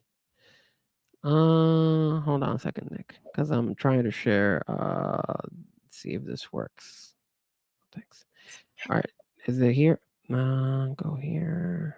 Here it is. Okay, perfect. Okay, so these are the teams. Let me see if I could zoom in a little bit. Let's see, can I zoom in? There you go. Let me go here. All right, so you got Cowboys 12-5, Eagles 11-6, Giants, and the Commanders. The Detroit Lions, not a bad team. Green Bay Packers, not a bad team. Minnesota's gonna suck this year. Chicago's an up and coming team, in my opinion. Tampa Bay Buccaneers, not a bad team, in my opinion. The New Orleans Saints, not a bad team either. right? Because New Orleans Saints this year has Russell Wilson, no? Sure, Russell Nope. Wilson. Nope. The Steelers have Russell Wilson, sir. Oh, they do have him. So who's the quarterback of the Derek of Carr. the Derek Carr. Okay. Atlanta Falcons, they're an issue. Carolina Panthers, I up think and coming. Atlanta's gonna do what better with Kirk Cousins. It just depends on Kirk Cousins' health. I think there's too much drama there, bro, because of the quarterback that they draft pick, bro. I think that's gonna create issues. I think that's the reason why I think the Atlanta team is gonna have a hard time. But if you have a fantasy football, I think the best thing to also do is probably bank on this guy on the tight end from the Falcons, because at least I'm pretty sure he's gonna ball out with the Falcons with Kirk Cousins, because I think Kirk Cousins will at least distribute the ball to that tight end. This guy, the ex Florida Gator. Yeah. So and then you got San Francisco and the Los Angeles Rams are not look, man, comparing those four heavy hitters on the AFC side and the NFC side, you're right. I don't see it's not the same, obviously, but you could put an argument saying that San Francisco's, Kansas City, Philadelphia, even though they ended the year kind of shitty, they're like, I guess, the Buffalo out there, right? I would Or the say Cincinnati I, Bengals. They're like the Cincinnati Bengals, who? the Philadelphia Eagles. Okay. They're like the Bengals because they've made it to the Super Bowl, and sometimes they're good, sometimes they suck. The Detroit Lions, they're kind of like the Buffalo Bills. They haven't proven themselves. They've never won a Super Bowl, so that's probably the way it works with them. And then obviously, the Cowboys is another team that you don't know what you're gonna get with the Cowboys. But I mean, like I said, man, I just feel like any given Sunday, anything could happen, and I'm not gonna go ahead and just say, you know, give an excuse. But we'll see, man. Cat says Panthers cost me $3,000, bro. I had 4 tickets, all 4 tickets needed. The Cats parlay, 9 parlay, and I'll shake my head. Well, let's talk about the Florida Panthers now that we're there. So we're not gonna talk too much about the Panthers. What happened with the Florida Panthers, unfortunately, was that they did not get the job done. They lost 5-3. And I think one of the reasons why the Florida Panthers lost last night, sir, everybody's been talking about it, or at least I have, is the fact that they had somebody out there crying, bro, when he went to go bang that drum. And that is your boy, Jack Nicklaus. Do you even know who Jack Nicklaus is, sir? Famous golfer. So you're one of the old school guys. But after looking at this photo right here, sir, this guy was crying, or he was about to cry when he was about to bang the drum, sir. Explain to me, what in God's green earth happened to the Florida Panthers organization to go ahead and think that this is the right person to bang the drum and motivate the Florida Panthers in a crucial game 5 that we needed to win? And now the pressure's on us because now we got to go game 6 and try to win it over there. Yeah, I mean, they I'm not quite sure. I didn't even know. I don't think he was crying. I think, as you get older, you just Sir, he was crying. Look at him. He's teary-eyed. I guess you could say that, but to be honest with you, I saw the game, and if you really want me to really understand what's going on, I think the Panthers are yesterday. The hardest game to finish is the closeout game, and the easiest game for any team is the elimination game. Why? Because they got nothing else to lose, man. They're just gonna go in there and just swing in it. And I think right now the Panthers were riding high after being up 3-0. But Bobrovsky hasn't been playing really good lately, the past 2 games. I think they found a trick on him, and it's up to Paul Maurice now to go ahead and kind of tell them, hey, look, man, this is what they're doing. This is the scheme they're trying.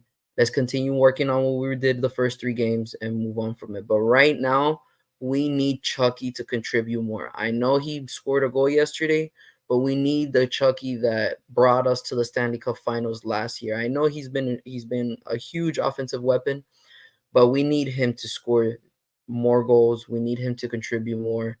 I get it. Some people are like, how much do you want? Well, he's a superstar. We need him to continue, um, having that maximum contribution. And then luckily, and secondly, I'm not gonna lie to you, bro. There was a lot of stupid calls from the refs for it being in Panther Nation, Emirate Arena. It surely did not feel like it was home field advantage. We were getting penalized a lot of penalties. And if you don't recall, the 2 goals that they put on the Panthers were one was a shorthander. That was bad play by the defensive line, Mm-hmm.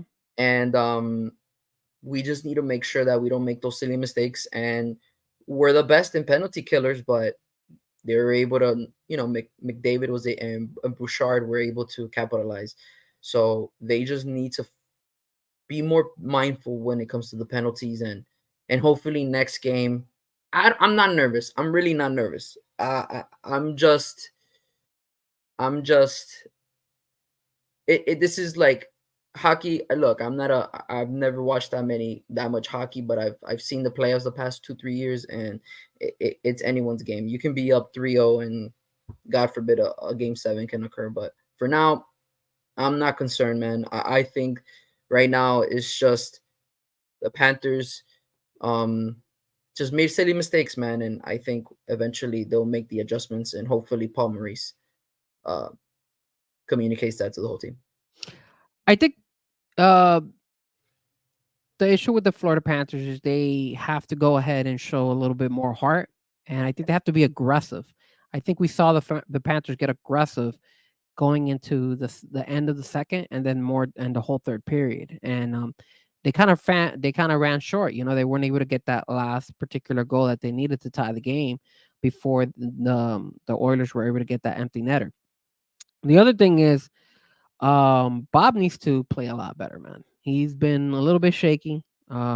His confidence is a little bit shook, and losing back-to-back games like this is it's a concern. You want Bob to do really well, but I if I have to pick 2 guys that I feel that need to step it up and change the game, I'm not gonna say Kachuk. Kachuk did a phenomenal job yesterday, and even the way that guy threw himself to try to avoid that empty goal at the end was fucking amazing, bro. That was freaking awesome. Carter Verhaeghe, bro, guy is completely disappeared. He was big Ryan, for the Panthers at the beginning, and he just has disappeared. And I'm gonna be honest with you, man. You need the captain to step up, man. It's Barkov, bro, and Barkov needs to go ahead and do something out there. I know he plays really good defense, but Barkov has been shut down as well. And it's a concern that you have these, Carter Verhaeghe and Barkov who haven't done that much. And then you have Bob struggling, and it's piling up. And at the end of the day, they win game 6, and the pressure's on, bro. The pressure's on. And now I will say this, man, they need to improve on their on the penalties, bro. Like, although you said, hey, they were getting a lot of crappy calls, but damn, they were penalized like crazy, dude. Like, they gave a lot of power plays to Edmonton, and yeah, they were struggling in trying to like stop them. I mean, they even gave an underhanded goal. They had, shorthand though. a Yeah, shorthanded goal. So like, bro, and then when it comes to power plays, like they're like they haven't scored a power play in a couple of games, bro. Like they struggle really bad in power plays when on their end, and it's not working out for them. And I think they were relying heavily on Bob, and Bob did really well at the beginning, but now that they've kind of broken him a little bit, like now it's like, where's everybody else? You need the defense to step it up, you need the offense to step it up. And if this team is just struggling, like this team is just showing a little bit of lack of confidence. And like you said, this is the hardest game for them. This is the first time they're in the finals with the chance of winning a Stanley Cup. The last 2 times that they were there, they got swept with the Avalanche back in '96, and then last year they only won 1 game. So, in my opinion, you're right. The hardest game to win is the closeout game, but you know, this is where coaching, where Kachuk, Barkov, these guys all have to gather this group and just tell them, hey, man, just put up or shut up, man. Look at Boston. Boston didn't let this thing happen. And I know basketball is a little bit more easier than hockey because there has been cases in hockey where teams have come back from 3-0, but you lose game 6, man. The pressure's on, man. The pressure is on the Panthers, and I think there's only been 4 occurrences where a team has been up 3-0 and they forced a game 7. I think, but to this day, there hasn't won. No team has won coming back from a 3-0 deficit in hockey. in hockey. Wow. So if the Florida Panthers, God forbid, allow something like that to happen, man, that the biggest choke job ever from a Florida team, in my opinion. So I could only hope and pray that the Florida Panthers figure it out. I'm praying that Bob turns it around. I think Bob needs some confidence in it. There are the Road Warriors. They're a lot better at the road. So maybe they need to start quick. That's what they need to do. They need to start very quick and strike first. They can't fall behind, because the moment they fall behind, then catching up is going to be a pain in the butt. That's the problem with the Panthers. That they need to push at the very beginning and get a goal right off the bat. If they are able to do that, then you start putting the pressure on Edmonton, because now Edmonton needs to has to respond. And then I think that's where the Florida Panthers will eventually be able to succeed and win. I'm going to go to... There's been one team that won coming back from 3-0. Wow. Who was that? The Toronto Maple Leafs in 1942. Oh, wow. I don't even know that. I don't think in the NBA there hasn't been a single team that has ever come back from 3-0. So, but hockey's different. It said the Toronto Maple Leafs opening 3 games, they lost. They went down 3-0. And then Toronto saved elimination with a third period comeback in game 4, and then the Leafs won the next 3 games. That's impressive. Not gonna lie, bro. That's a choke job by that team. But like I said, man, I hope the Panthers don't fall into that. I mean, again, I'm not worried.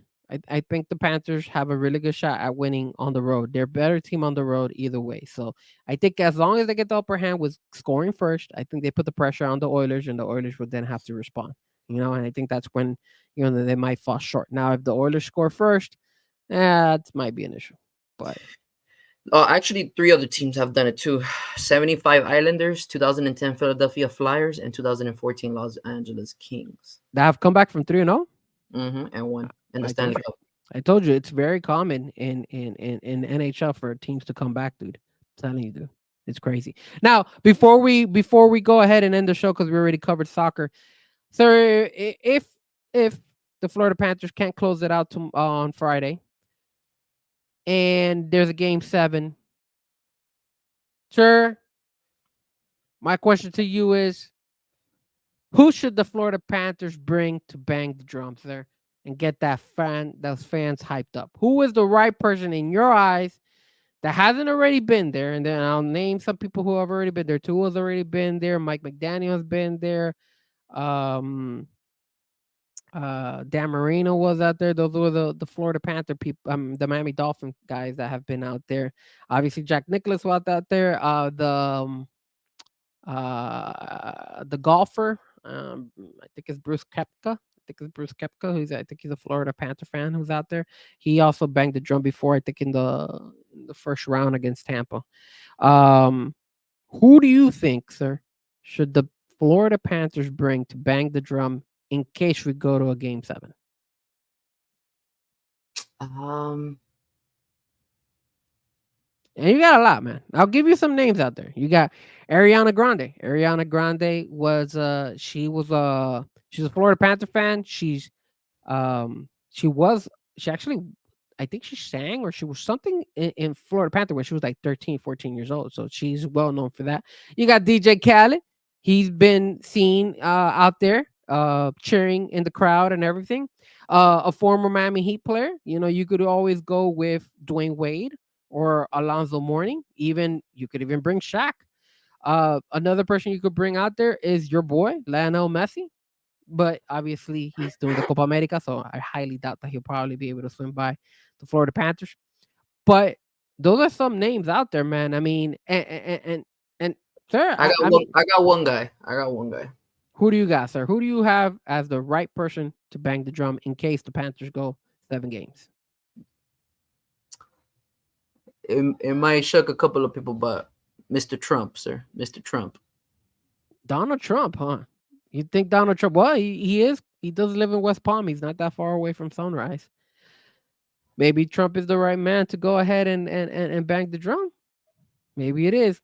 If you want my opinion, sir, I think the Florida Panthers need to do something. They need to. Everybody always says, "Hey, get some of the old school guys like John Van Breesbrook," which would be awesome. I'm not gonna lie. Um, Scott Mellenby, Paul Laws, all those old school guys back in '96. Those were the guys who brought the whole rats. How about you do this, man? And it probably won't cost the Panthers that much. How about you bring all the mascots from all the teams in South Florida who bang that damn drum? God damn it! You have the Dolphins mascot TD out there. You have Bernie from the Miami Heat. You have Sharky from the Miami Sharks. Let's go Miami Sharks. Sebastian from the University of Miami. You get all of them, all those mascots, and they all just bang the drum all together, bro. And it's a whole family of South Florida all supporting the Florida Panthers. I think that would be a cool vibe. For sure. But sir, it's our time to obviously end the show. I want to thank everybody who tuned in. Thank you so much to the whole chat board. Let me drop some names out here. Cat for Life came by. TTTV. Thank you so much, Josh. Steven came. Chad as well. Anybody else? I think I got everybody who was on. Everybody else? Anybody else? Anybody else? I do appreciate TTTV also going ahead and subscribing on the Twitch channel. Thank you, sir. I appreciate you coming on and subscribing there. Inter Miami won, by the way. How much did they win by? 2-1. Nice. Very Shout nice. out to DTV. There you go. Inter Miami winning, taking that dub without Messi out there or Luis Suarez. I'm pretty sure Luis Suarez didn't play. Very nice. Sporting the Inter Miami shirt, of course. On all social media platforms, guys. Don't forget to hit the like. Don't forget to hit the subscribe button on YouTube, on Twitch as well. Also, don't forget to follow me at Fresco Music. Make sure you hit that like. Make sure you go ahead and tune in every Wednesday, 8 o'clock. Let me talk to you. Next week, we gotta check and see what's gonna happen because we're gonna be traveling, right? We might be a little bit tired from our Houston trip. So I don't know if the show's gonna be on for next week. But Nick, any last words before we let everybody go? Nah, man, I'm just excited for this week. Shout out to my boy Oscar. His birthday's on Saturday, so I'm gonna be sharing good vibes with him. And but overall, man, I'm just excited and just blessed to be able to do another episode with you, bro. Absolutely, guys. And on Saturday, I don't know if you guys are busy or not, but there is a Miami team, a rugby team in South Florida that play right across from Inter Miami Stadium. The Miami rugby team, the Miami Sharks. Go ahead and go and support them. Not only because they're in the hunt to the playoffs, but they have an amazing DJ out there. Shout out to my boy Jamie. And you're looking at the other DJ who actually DJs these events. Your boy Frankie Fresco. I'll be out there doing the pregame, the in-game sound, and also the post-game. So if you guys want to go ahead and swing by, tickets are cheap, man. They had a special for Father's Day. I think it was going for 50% off. So it was $15. But now, if you didn't get any tickets, $30. And one of the cool things about the Miami Sharks is they also have the post game, and in the post game, they get free beer. So if you want to drink and get lit after the game, it's look. One thing about the Miami Sharks is that they're a very, very up and coming team. Fun. The fans are amazing. The team is cool. After the post game, they all come and like they hang out with like everybody. You want to get a signature from them or anything like that, they're down. The manager, the owner, they're all there, man. Everybody's just there trying to just socialize and have fun. And I think that's one of the cool things about the Miami Shark that they definitely are able to go ahead and hopefully have success. And eventually, you never know, but hopefully they once Inter Miami builds their stadium, hopefully the Inter Miami Sharks get to move into the Inter Miami Stadium, and then it'll be a pretty cool vibe for them. But last words I see here that I cut last words again. My bad. Enjoy your trip, Frankie. Yes, definitely. Me and my brother will be going out there, and sure. I don't know about you, sir, but we all believe, right? We believe in Colombia. You believe in the United States as well. I believe in the Miami Sharks. And you know what else we believe in?